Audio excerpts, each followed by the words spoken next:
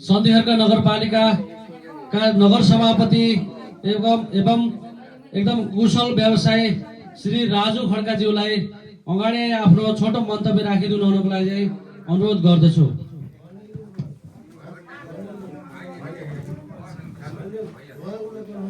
धन्यवाद कार्यक्रम सञ्चालकज्यू।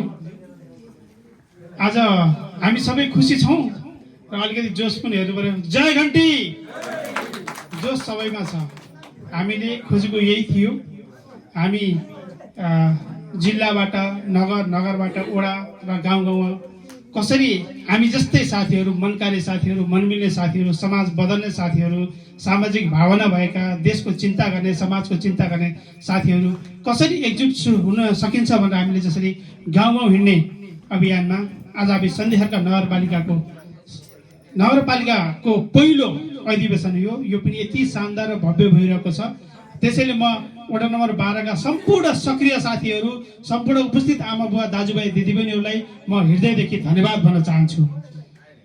म कुरामा खासै विश्वास गर्दिनँ, म काममै विश्वास गर्छु। किनकि वैदेशिक रोजगारमा लामो समय 21 वर्ष सङ्घर्ष गरेर आफ्नै गाउँठाउँमा केही गर्नुपर्छ भनेर फर्केर आएको व्यक्ति हो।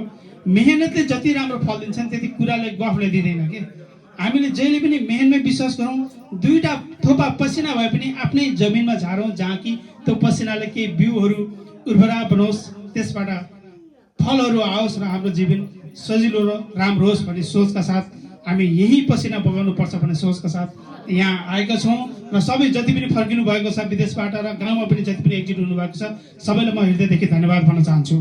आजको यस विशेष कार्यक्रममा उपस्थित भएर हाम्रो वडाको अधिवेशनको शोभा बढाइदिनु भएकोमा म चाहिँ हाम्रो अर्घाखाँची जिल्ला सभापति श्री हरिप्रसाद भुषालज्यूलाई हृदयदेखि धन्यवाद भन्न चाहन्छु।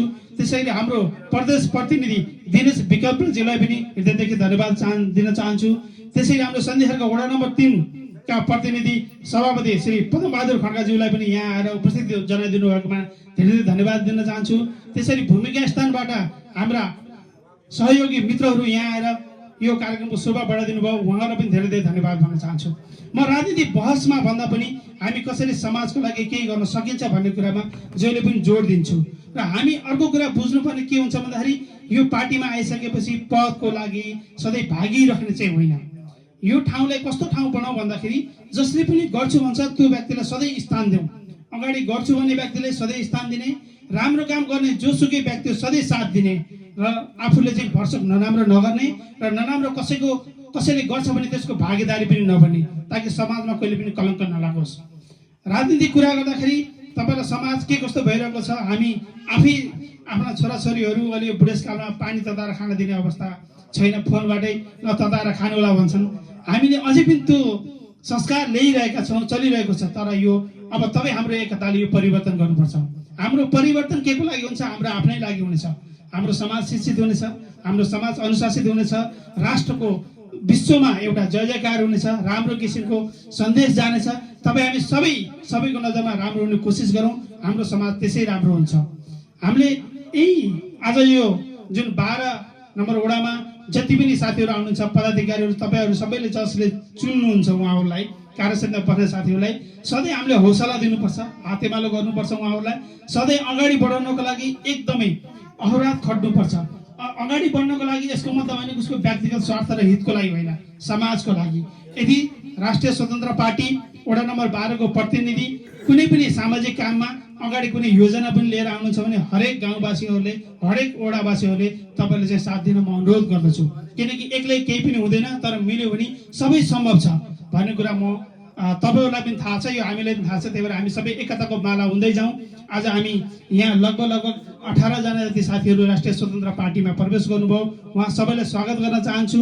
डिभर्नाको यो ठाउँ भनेको टाकुरा ठाउँले एउटा इतिहास बनाओस्, यो जमघटले यो 12 नम्बर वडालाई यति राम्रो बनाओस् कि सबै ठाउँमा कोही पनि भ्रष्टाचार नहोस्, राम्रो किसिमको सुशासन होस् र यहाँ सबैलाई बराबर हक हितको लागि स्वास्थ्य र शिक्षाको अवसर मिलोस् भन्ने वातावरणको सिर्जना यो 12 नम्बर वडाबाट अहिले आउने प्रतिनिधि सम्पूर्ण साथीहरूले यो कुरामा ध्यान दिनु होला र त्यसैमा हामी सबैले पहल गरौँ। हामीले साना साना कुरामा पहल गरे मात्र हुन्छ, ठुला ठुला कुराहरू गफ गरेर केही फरक पर्दैन, चिच्चाएर बोल्दैमा पनि हुने केही छैन। सानो काम गरौँ, घर दैलोबाट सरसफाइ कार्यक्रमहरू गरौँ, त्यो घर दैलो सरसफाइ गर्नाले समाज सरसफाइ हुन्छ, समाजले वडालाई लान्छ, वडाले जिल्लालाई र जिल्लाले देशलाई नै सफा गराउँछ। त्यो सफा भनेको केवल मैल मात्रै होइन, म शरीरको सफाको मात्र कुरा गरेको छैन, फोहोरको मात्रै कुरा गरेको छैन। हाम्रो सोचको पनि फोहोरीपन जुन हाम्रो सोचमा ल्याउँछ, आफै मै मात्र हुन्छु, म मात्र हुन्छु, हामी मात्र हुनुपर्छ भन्ने सोचलाई पनि अलिकति फराकिलो गरेर स्वच्छ मनले हामीले चाहिँ सबै मिलेर गरौँ भन्ने भावनाको विकास गरौँ। र हामीले जहिले पनि स्वास्थ्यले शिक्षामै जोड दिनुपर्छ, किनकि यही नै भनेको हाम्रो समाजका आधारहरू हो। जबसम्म समाज शिक्षित हुन तबसम्म कुनै पनि परिवर्तन हुन, र जबसम्म शरीर रोगी हुन्छ तबसम्म पनि केही गर्न सकिन्न। त्यही भएर पहिला स्वास्थ्यको ख्याल गर्ने, शिक्षाको ख्याल गर्ने र समाजको ख्याल गर्ने, यसरी हरेक स्टेपमा काम गर्दै गर्दै गयो भने हामी स्वतः सफल हुन्छौँ। हामी सफल हुनु भनेको देश सफल हुनु हो भनेर बुझ्नु पर्यो। अब चाहिँ हामी कुरातिर नलागौँ, अब किनकि हामी एकदम यस्तो माहौलमा छौँ, अब यस्तो व्यक्तिहरूलाई हामीले अगाडि ल्याउँदैछौँ, चुन्दैछौँ। तपाईँ हामी सबै मिलेर यस्तो समिति बनाउँदैछौँ। यो समितिले जति पनि वर्षौँदेखि समाजमा भइरहेका गतिविधिहरूलाई, नराम्रा चिजहरूलाई, भ्रष्टाचारहरूलाई, यहाँ भएका कुरीति कुसंस्कारहरूलाई यो समितिले चाहिँ पर्दाफास गर्नेछ, समाजमा स्वच्छ छवि बनाउनेछ, र त्यसको लागि हामी सबै मिलेर गर्नेछौँ। र आउने समितिलाई म अब त्यो घोषणापछि, उहाँहरूको सबैको चाहनापछि हामी चाहिँ अरू कुराहरू गरौँला। अहिलेलाई पनि म यहाँबाट यति भन्ने बिदा हुन्छु। धन्यवाद। जय घन्टी।